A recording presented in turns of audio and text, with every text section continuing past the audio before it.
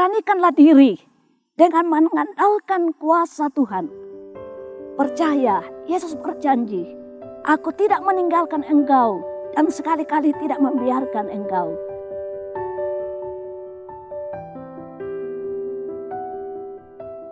Shalom. Selamat berjumpa kembali dalam Biak Berbagi Inspirasi Alkitab edisi 6 Juni 2021.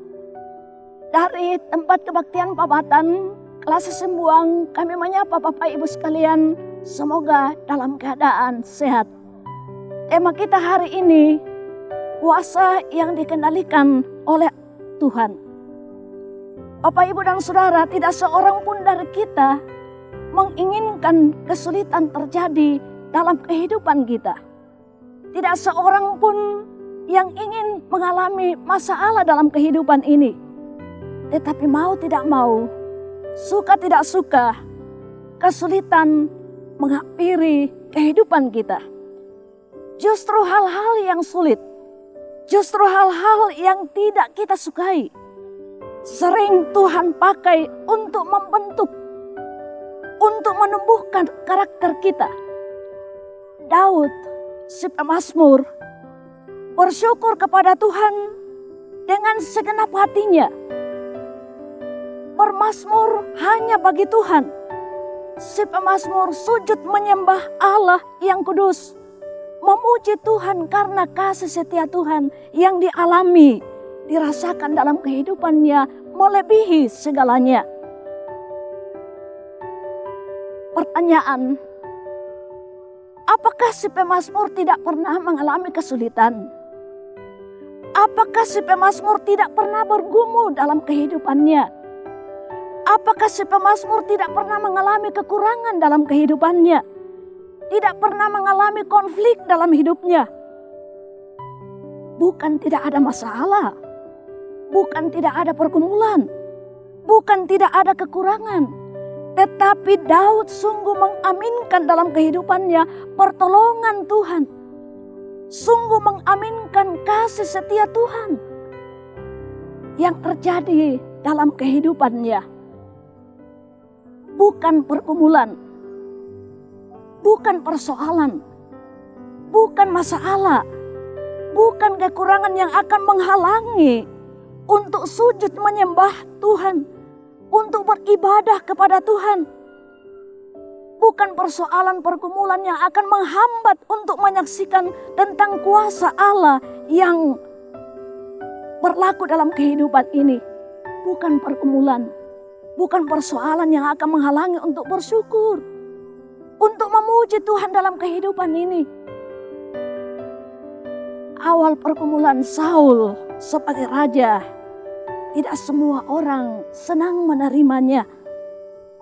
Masalah yang kemudian muncul di kalangan mereka ketika Yabes Gilead hendak diserang oleh orang Amon, justru menjadi alat di tangan Tuhan untuk menguji Saul, sekaligus untuk membuat nama Saul semakin terkenal bagi bangsa Israel. Saat itu Yabes Gilead merasa tidak mampu menghadapi persoalan, merasa tidak mampu menghadapi pergumulan dalam kehidupannya. Saat itu Yabes Gilead merasa tidak mampu menghadapi dan hendak mengadakan perjanjian dengan orang Amon.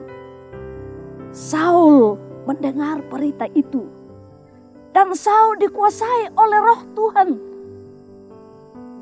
Maka Saul dalam kuasa Allah melakukan suatu tindakan dengan memotong-motong sepasang lembu dan mengirimkannya ke seluruh daerah Israel dengan maksud mengajak semua umat Israel bersatu menghadapi orang Amon.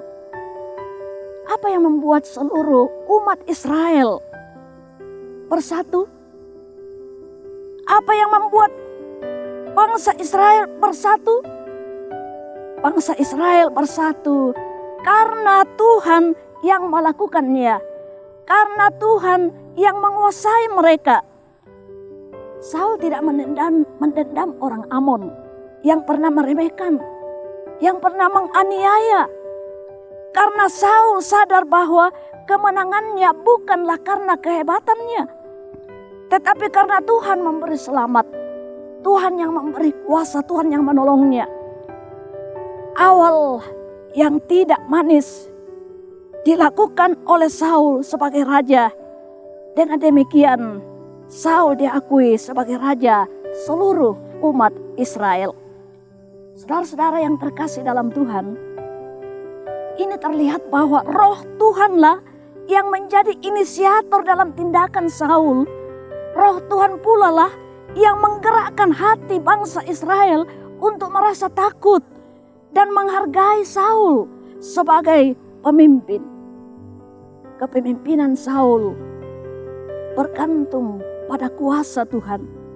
Hanya jika Saul mengandalkan kuasa Tuhan, maka Tuhan pun memberi kemenangan.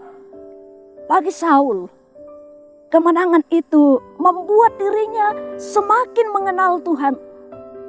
Dan bagi bangsa Israel, kemenangan itu mereka semakin memuliakan Tuhan. Semakin bersuka cita, semakin mengandalkan Tuhan.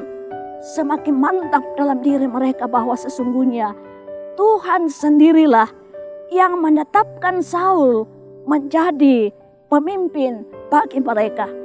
Saul dihormati, Saul diterima dengan baik oleh bangsa Israel sebagai raja karena sikap Saul yang memimpin dan bertindak selaras dengan kuasa dan kehendak Tuhan.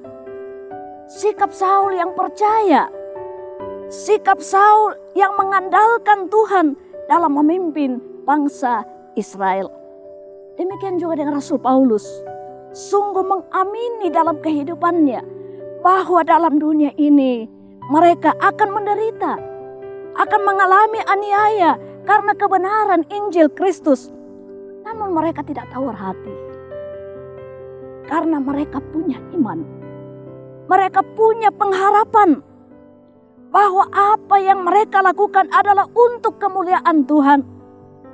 Paulus melayani Tuhan dengan setia dan dengan semangat sampai akhir hidupnya karena dia memiliki pemahaman yang benar dan iman yang kokoh bahwa orang yang sungguh percaya Tuhan, orang yang sungguh percaya Yesus akan mendapatkan bagian dalam kebangkitannya.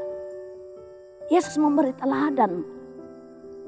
Yesus memberi teladan dalam menghadapi persoalan, menghadapi konflik di mana ahli Taurat, pemuka agama tetap mengeraskan hati dan menolak keras apa yang dilakukan oleh Yesus.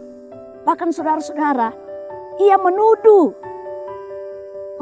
Yesus bersekutu dengan iblis. Yesus menjawab, bagaimana iblis dapat mengusir iblis? Bagaimana iblis dapat mengusir iblis? Artinya, Yesus mau menegaskan bahwa yang dapat mengusir setan, yang dapat mengusir iblis, yang dapat mengusir roh-roh jahat hanyalah Tuhan saja. Hanyalah Tuhan yang berkuasa di sorga dan di bumi. Pelajaran penting bagi kita adalah mari kita sungguh percaya Yesus satu-satunya Tuhan dan Juru Selamat. Dan mari kita sungguh-sungguh mengandalkan Dia dalam kehidupan ini. Mengandalkan Tuhan, mengandalkan Yesus dalam aspek kehidupan kita. Tetaplah bersyukur kepada Tuhan. Dari tengah-tengah kondisi dan keberadaan kita masing-masing, Roh Kudus Allah menolong, memampukan kita semua bersaksi tentang kebenaran Injil Kristus.